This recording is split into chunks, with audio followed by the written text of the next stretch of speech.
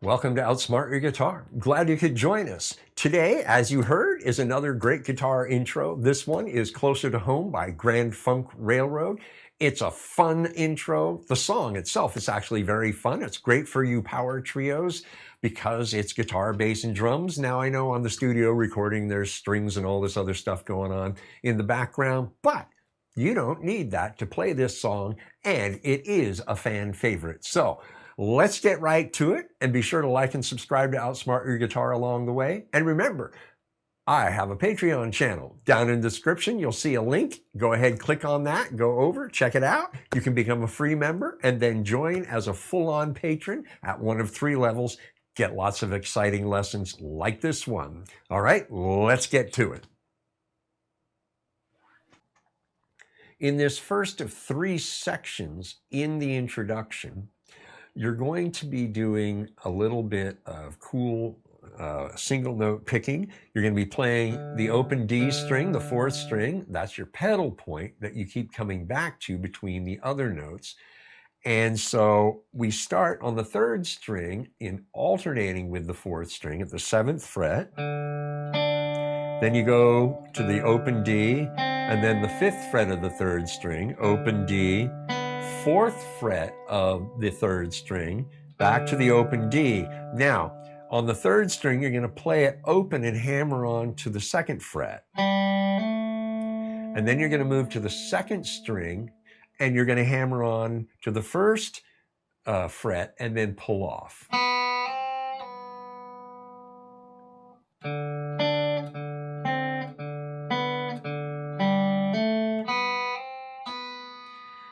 That's the mechanics. Now, to count this out, the pedal point note happens every beat and a half. So we have a bit of a syncopation thing going on here. So you have to be careful in counting it out. Listen carefully as I do so. 1 and 2 and 3 and 4 and 1 and 2 and 3 and 4. 1 and 2 and 3 and 4 and 1 and 2 and 3 and 4 and.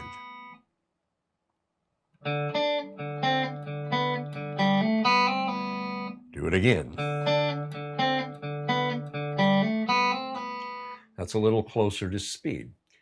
Okay, so what you want to do is pause and go over this and get this down before moving forward.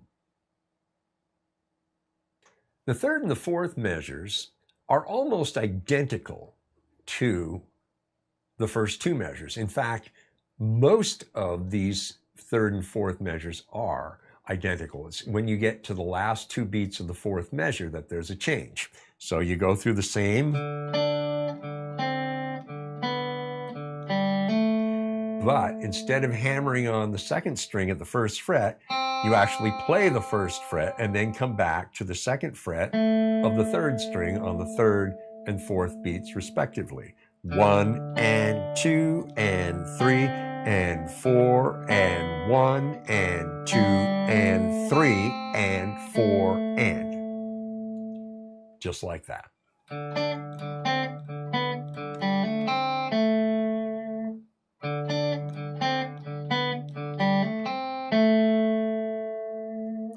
Okay, so pause and practice those 2 measures to get them down. There's a difference between the 1st and the 2nd measure and the 3rd and the 4th measure. You need to be clear which comes when.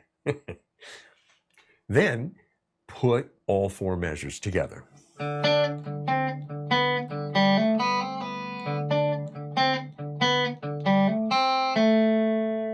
Just like that. Okay? Go ahead and do that. The fifth and the sixth measures are identical to the first two measures, so we won't touch those. Let's look at the seventh and eighth measure. The first measure, the seventh measure, is identical to the first, third, and fifth measure. And the first half of the eighth measure is the same as the second and fourth and sixth measures. Now here's where it gets different. You go to the first fret of the second string, and on the fourth beat, you're going to play the open third string and hammer on to the second fret. So 3, 4, and 1 and 2 and 3 and 4 and 1 and 2 and 3 and 4 and.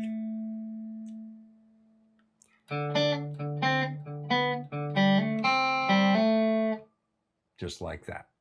So pause, get those two measures down, and remember you've got three separate things going on in the second and the fourth, and then the sixth identical to the second, and then the eighth measure is different. So you have three different things going on at the end of the lick, which is basically played 3 times with variations. So then what you do is play through all 8 measures.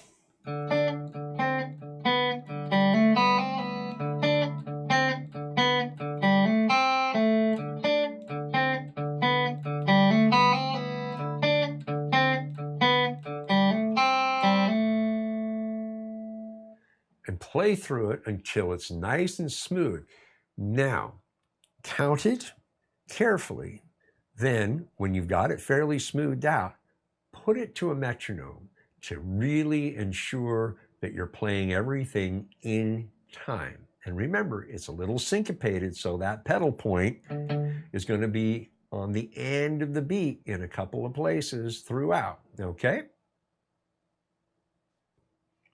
The second section of the introduction is just 2 chords, D and C. Now, technically, this is a C add 9 because we have a D tone, but I'm just calling it a C to keep it simple. And you'll notice you're just playing those 2 chords back and forth, right? So 2 times through D and C. And then you'll notice we bring in the wah effect, right?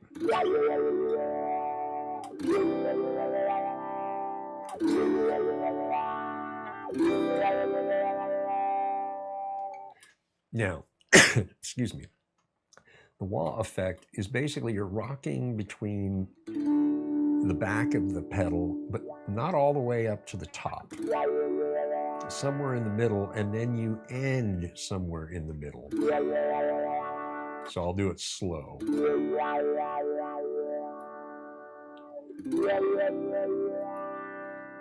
And that's the idea. So when it's at speed,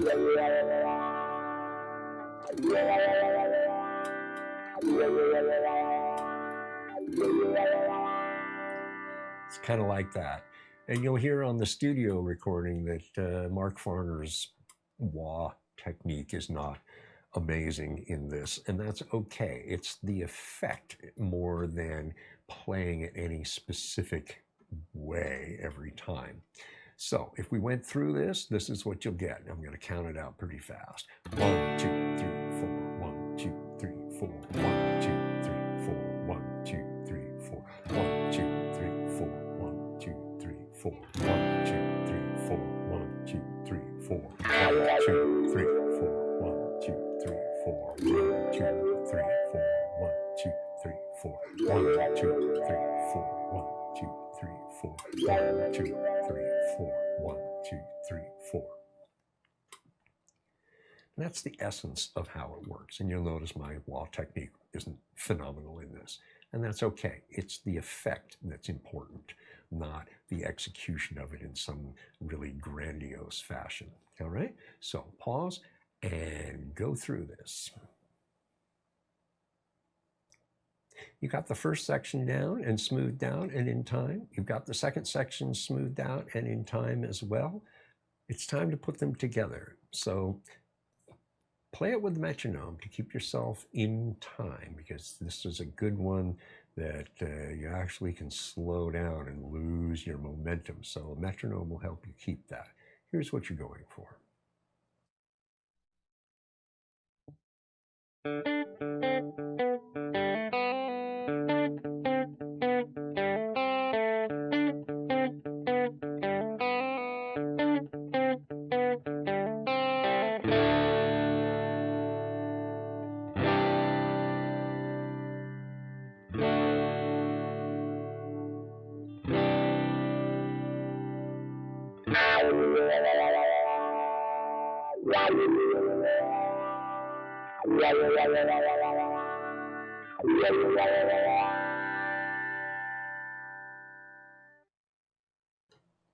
The third and final section of the intro is basically an acoustic guitar.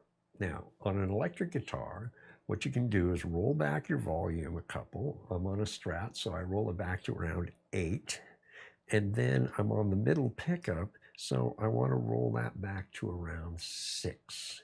And what that does is you automatically, in rolling back the volume, take a little of the bite off, but by further rolling back the tone control to around 6, you give it a little bit softer sound, a little bit more acoustic quality going on there. Right? So that you'll hear more of an acoustic sound. Now, we're playing a D sus2, back to D, and then a C to the, the C add 9 basically, but a C. You're employing the steady state here, so there's some ghost strumming going on, as you can see. So 1 and 2 and 3 is ghosted, and 4 is ghosted, and 1 is ghosted, and 2 is ghosted, and 3 and 4. 1 and 2 and 3 and 4 and 1 and 2 and 3 and 4. And the whole thing is played twice.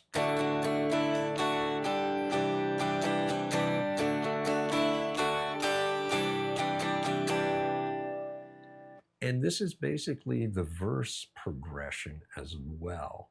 So get this down and you go into the verse. And then there's just a couple of more bits. The bridge section and then the outro section are separate things, but they're also very easy to play. So go through this and employ the steady state, get it smoothed out, and then put it to a metronome.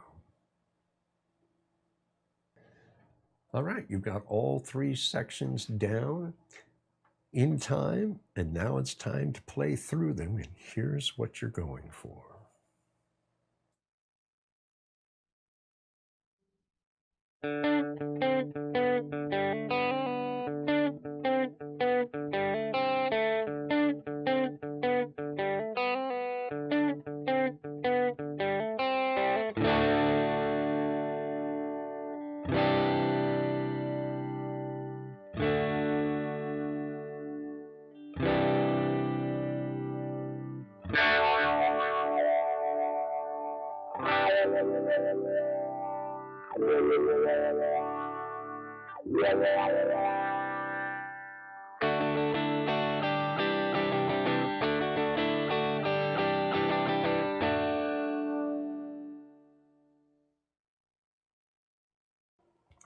All right, there you have it. Grand Funk Railroad, Closer to Home introduction.